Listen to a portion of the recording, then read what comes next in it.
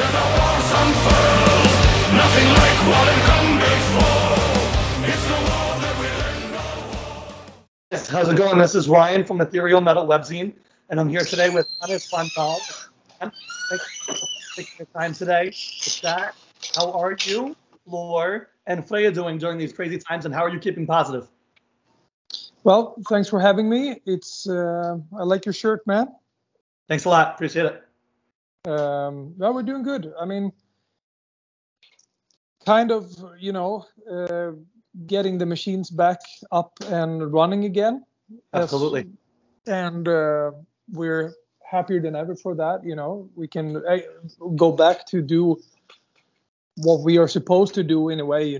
With that being said, I think that during the pandemic, I think we all can look back on that period, and we did the most we did the most we could. We tried to look at what we can do instead of staring at what we can't do. So we stayed quite busy anyway. We record a lot of music, Absolutely. a lot of music videos. So I'm glad it's over. But looking back with it in hindsight, we did what we could. So absolutely. Well, I'm glad to hear that you're all doing well.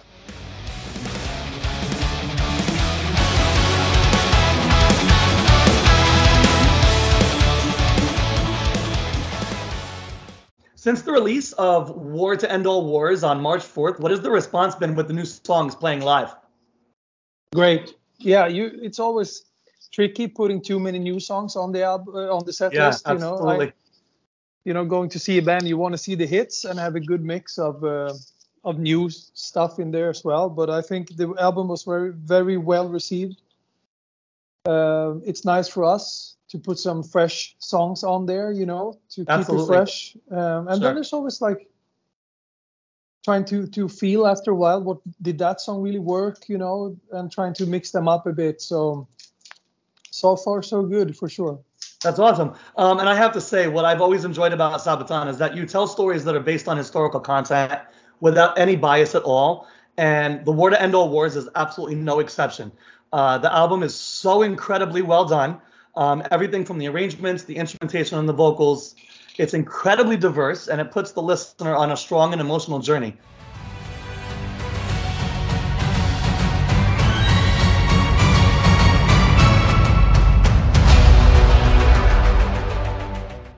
And then in May, we were treated with a symphonic version of the whole album entitled The Symphony to End All Wars, which simply put is absolutely beautiful and brings a whole new layer to the work. What was the process like behind that recording? Yeah, well, thank you for saying that. It's a big compliment. We did the same for The Great War. Yeah, absolutely. And that was kind of the first time we tried that out. And I think all of us really enjoyed that version a lot. So we decided to do it again. And also, like you say, I would think that The War to End All Wars is perhaps a more diverse album than The Great War musically, Absolutely.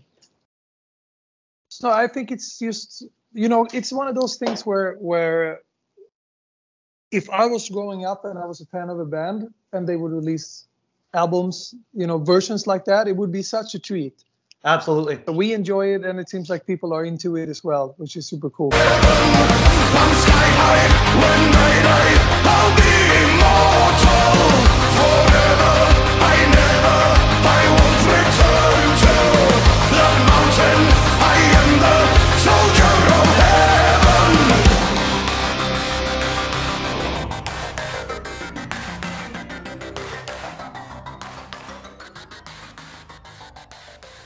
As you had just said, with The Great War also, that had released in 2019, also being about World War I, there are so many stories to cover, so it always leaves you to wonder, could we have done anything else? Could we have done anything more? Could we have told different stories? The War to End All Wars is the perfect way around that, as it gives you freedom to tell more of the forgotten stories about the war that we should never forget. 5 songs that really stuck out to me on the new album were The Christmas Truce, The Unkillable Soldier, Soldier of Heaven, Hellfighters, and Lady of the Dark. These songs really stuck out to me because while we learn about them in school, they aren't necessarily something that everyone would remember years and years later when thinking about World War I. The story behind Soldier of Heaven really, really struck me deeply. Even knowing that their remains are still frozen there today, it's just incredible to think about. The video did an absolutely incredible job at illustrating the story behind the White War, and it gave a heartbreaking glimpse into their last moments. What was the filming process like, and was it difficult to put yourselves kind of in that mind frame and in their shoes to encapsulate the story as well as you did?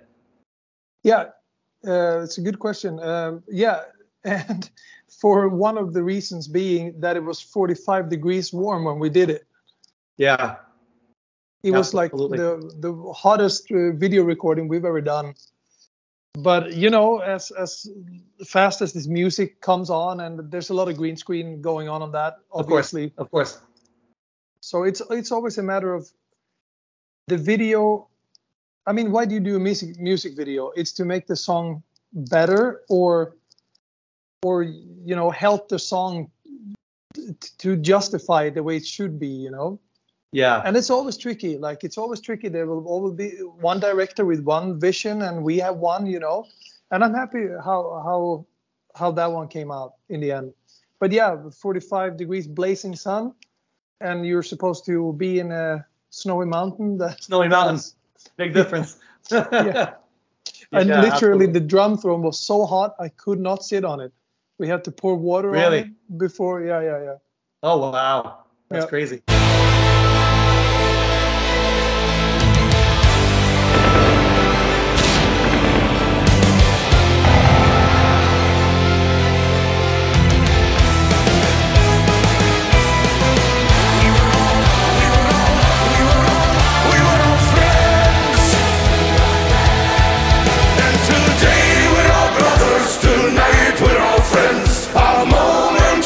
In a war that never ends. Today we're all brothers, we drink and unite. Now Christmas has arrived and the snow turns the ground white. So kind of similarly, the story behind Christmas Truce really struck me as well.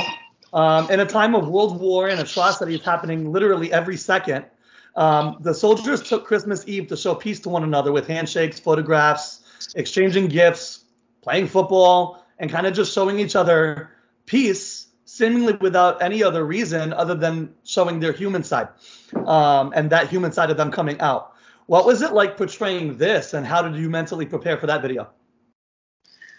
Well, that was one of the toughest recordings we've ever done in terms of video, and the biggest production we've done as well. This was shot in Czech Republic over the course of a few days. And like coming into that, I always had this weird idea of that being an actor is an easy job. And I don't know why I had that idea. Right. But I have the utmost respect for actors. And, you know, it's a long hours of waiting, and it's usually filmed in the middle of the night. And you're on standby. It's a lot of waiting. But when they come and get you, it's action, you know. Then you gotta be ready. So, but at the same time, I'm a huge film nerd. So being around a set like that of that size with hundreds of people, you know, and it's like a kid in a candy store for me when it comes to special effects, to cameras, to, you know, all of that. And then same there, you know, trying to make the song justice with a bunch of Swedish, you know, non-actors, you know, we're still musicians. Firstly, so it was a totally cool experience to do, for sure. And I think in terms of performance videos, I think everybody has seen that, a band playing the song looking cool or trying to, you know. So if we can do something different, it's cool to try to evolve as well. Absolutely. Like that. And it kind of brings these people's stories to life as well, which is great. Yeah, absolutely. And that is the trickiest part, to make sure the story is getting the way it's coming out in the right way, you know. So sure. Yep. He will show no sadness, never broken, he'll be back for more. Through the fire, all the treasure wire, no fear of death is unshakable. From a land across the ocean, to the western front where they stood, full of courage and devotion, because that's his turn. Break the norm, she's the girl in uniform, fighting side by side with men she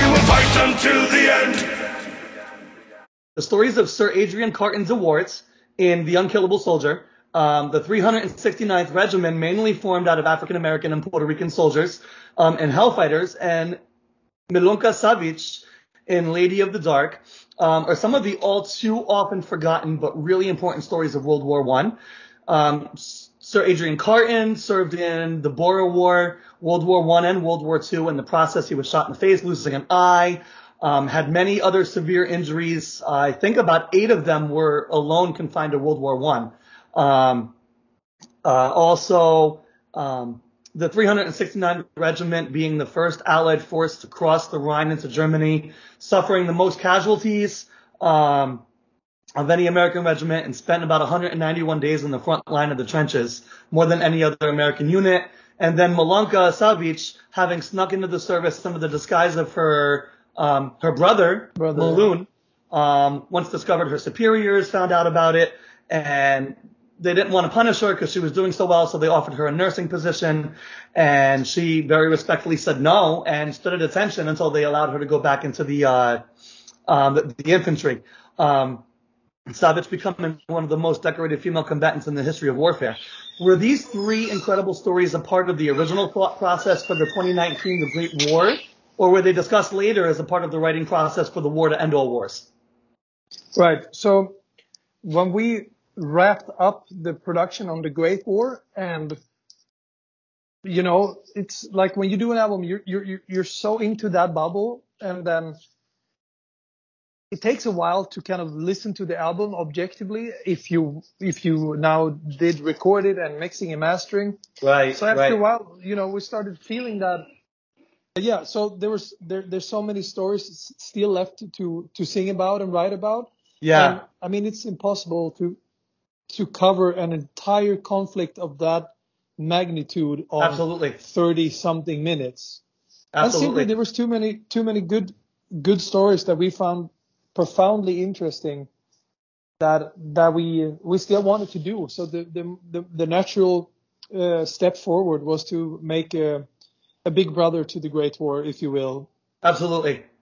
No, that's great. And then I also wanted to mention The Unkillable Soldier. That track was a little tricky for you to record, right? Because you had to play a lot more softly than usual.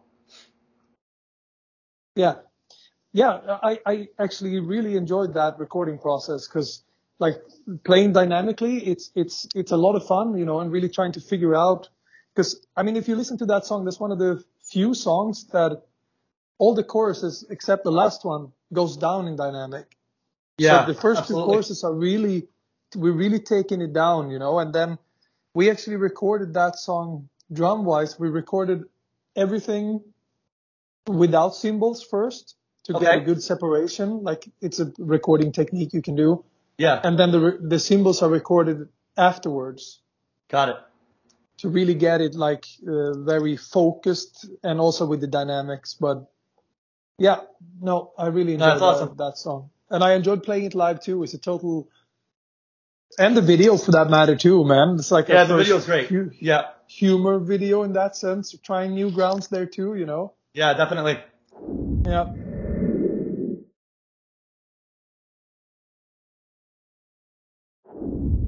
All right, so changing gears a little bit. The last time you were in North America was back in 21 for the 50 Heavy Metal Years with Judas Priest, and due to the medical emergency that Richie Faulkner suffered, the tour ended abruptly. This was a really scary time, obviously, for all involved. Seeing him back up on that stage after this almost life-ending ordeal is absolutely amazing. With Priest being one of the favorites that you grew up on, what was it like touring with them? Amazing. And it's such a big honor for us to be out with them as well, where for one, such a treat. I mean, we could see them every night and they still sound great, still kicking ass. And, Absolutely. You wake up in the morning and you go grab a coffee and you realize that Rob Halford is sitting next to you, It's like surreal experience. That's awesome. And such a cool guys too, down to earth, super. So we were super fortunate and honored to be on that tour. And I'm very glad that Richie recovered as fast as he did. It was a very abrupt ending to such a great tour. Yeah, absolutely. Yeah. That was a scary time for them all. I can't even imagine working in healthcare myself. I Yeah. can kind of understand the process behind it, but his family and everything, I can only imagine, the pain that they were going through at the Yeah. time. But, just so thankful to see him back up there doing his thing. It's absolutely amazing to see that. Yeah. Yeah. Me too, for sure. From a land across the ocean to the western front where they served, full of courage and devotion. Sabaton had decided that they didn't want to end the tour just yet, so you decided to put on a special last-minute show at the Ogden Theater. Having only about 24 hours to publicize, plan, and sell tickets, obviously nobody had any idea what the turnout was going to be like, but it ended up being filled to the brim. So that's absolutely awesome that it worked out for you all. That must have been a great ending to the tour, no? Yeah, it was kind of bittersweet, the whole thing, to be honest. We were still gonna be out for a month and a half or something like that. And we decided we didn't want to end that tour on a negative note, going home with a bad feeling. Right. So again, we can sit down and see, can we do something, and what would that be? But we need to hurry. Yeah. So we decided to give it a shot, and then we also decided that to go. All right. Yeah. Sorry about that. We're back. Yeah, we're back. No. So but it must have been a great experience to have that, bittersweet show at the end. That's great. Yeah, totally. And we decided we're gonna end the great. That was the great tour, the world tour. That was it. Yeah. And so we didn't want to end it like that and just go home, So we decided to put on that show, see what we can do. And Denver's always been very special to us. We always had great shows there. So it also felt like the right place to do it. And That's it was awesome. a great tour for 2 hours, 45 minutes or something, everything we had. Yeah. Christmas in the trenches, Christmas on the front, far from home. So fast forward to now, 2022, Yep. when you're back, now on a North American headlining tour with Epica. Having started the tour in Seattle on Thursday, in Portland last night, and again tonight, how does it feel to be back, and how is it performing with Epica here? Yeah, it's great to be back. We're now 2 shows into this tour. We did Seattle, we did Portland, and then another show tonight in Portland as well. And I still think that after the pandemic, it's still pinching yourself in the arm a bit and not taking it for granted. So it's Absolutely. It's a great feeling to be out and be able to do this, and you can see that in the crowd as well. I don't know if you ever saw Cows getting released on Green Bay. It's kind of that feeling for both bands and audiences. Nice. That's awesome. So yeah, totally. And having Epica with us it's a big treat. So that's great. Go. And while in North America, you must have a favorite venue, no? What would you say is your favorite venue? Oh, in the whole country. Yeah. I don't know. I don't know that. There's so many good ones. I like the That's Greek cool. Theater. The only big minus with that one is that it's a dB limit, which I'm not a big fan of. Right. It's a beautiful place, but no. There's we for all these years we've been touring here. It's I could never pick one. That's awesome, though. That's really cool. And along your stops, you'll be playing at the Place Bell Arena in Montreal, which I think is actually your first big arena in Canada, right? Yep. Yeah, that's awesome. What are your thoughts on this? That I can't wait to get there. That's also a city where it's guaranteed a great show. Yeah. It's a real metal city, and Yes, it is. It's cool to come up there also and bring full production. So no, stoked. That's awesome. And lastly, just for fun, while in North America, what would you say is a food that you absolutely must have anytime that you're here that you wouldn't get anywhere else?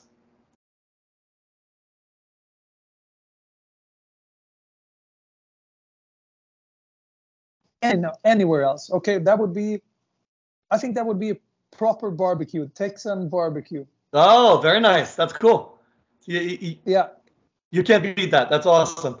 Listen, thank you so much, Hannes, for taking your time today. I know you're incredibly busy on tour right now. Our other co-owner, Jessica, is actually going to be seeing you on October 6th, and I'm hoping to get to the last show in New York City. So we really look forward to seeing you there. And everybody listening, be sure not to miss Sabaton and Epica on this tour. It's going to be absolutely amazing. Hannes, thank you so much again for your time today. I really appreciate it. Thanks for having me, man. Cheers. The West Side is chosen. Sign a treaty to change the world.